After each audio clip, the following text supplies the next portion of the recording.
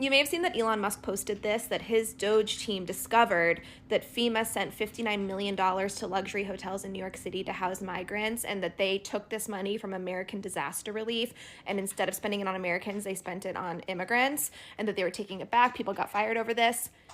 This is all a lie. And if you want to get better at telling people why the things that they are reposting from people like Elon Musk are not true, follow along. So to start, he's claiming that FEMA sent money for migrants.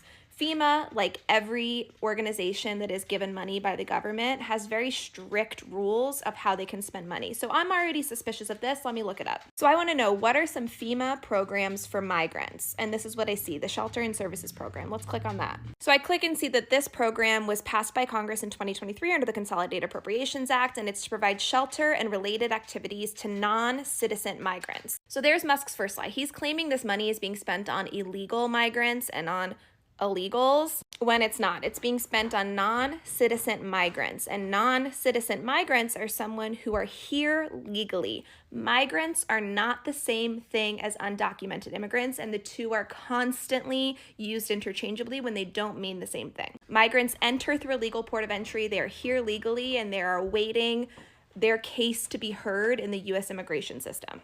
So now Musk's second lie. He's claiming that that $59 million was supposed to be spent on American disaster relief. The Disaster Relief Fund, which is what goes to hurricane victims, is a completely different fund from FEMA. So I'm guessing that $59 million came from the Shelter and Services Program, not from the Disaster Relief Fund. This program is supposed to go to migrants. If Congress were to use money from this program and send it to hurricane victims, that would be illegal. You can't use money that Congress approved for one thing and use it on another thing. But let's not just assume, let's check our work and make sure that $59 million came from this program. If you scroll down on the Shelter and Services Program, you can see exactly how the money was spent. Colorado, Columbia, Illinois, Massachusetts, New York City, there's one.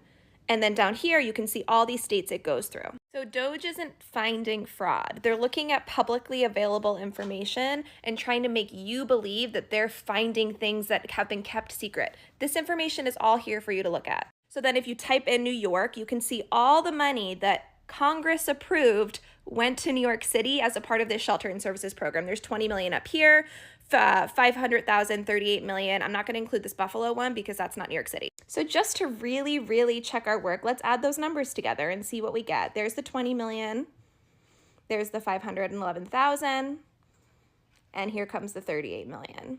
And let's see how much money was sent to New York City as a part of this congressionally approved program. $59 million. So now we know that the money wasn't meant for disaster relief and it wasn't spent on illegal migrants. Let's check this other piece, that it's a luxury hotel, and why are migrants getting to live in a luxury hotel? If you do some digging, you find out the hotel they're talking about is the Roosevelt Hotel, which is like this old grand New York hotel. But turns out the hotel closed in 2020, and it was specifically reopened as a shelter for asylum seekers. It is no longer a luxury hotel. It is a migrant housing center. They're not like sharing luxury rooms with celebrities. This hotel closed, and the New York City government has now approved it to be a shelter for asylum seekers. So not illegal migrants, not meant for disaster relief, and not a luxury hotel.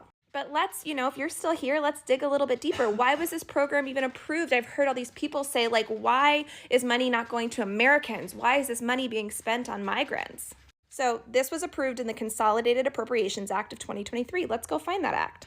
Okay, so here's that act. Remember, I want to go to the actual act itself. I don't want to read an article about it, and then we're going to click to see how people voted on it. So in the House, it was 225 to 201 it passed, and in the Senate, it was 68 to 29 and it passed. And it was passed in December 2022. In December 2022, there were only 217 Democrats in the House, so that means 225 minus 217, that many Republicans voted for it at least.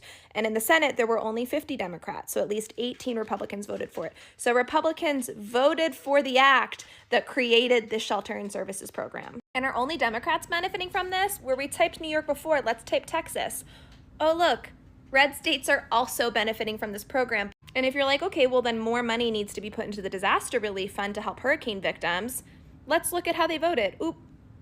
100 Republicans voted against giving more money to hurricane victims. And because we believe in showing our work, the FEMA Management Disaster Relief Fund, this is from that bill I just showed you, may be apportioned, may be given money up to the rate for the operations necessary to carry out response and recovery activities. So we will give FEMA the money they need to carry out the response and recovery that they need. This was after the hurricanes this year, and 100 Republicans voted against it.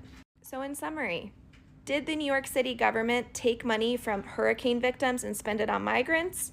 Or did they take money given to them by Congress for migrant housing and spend it on migrant housing?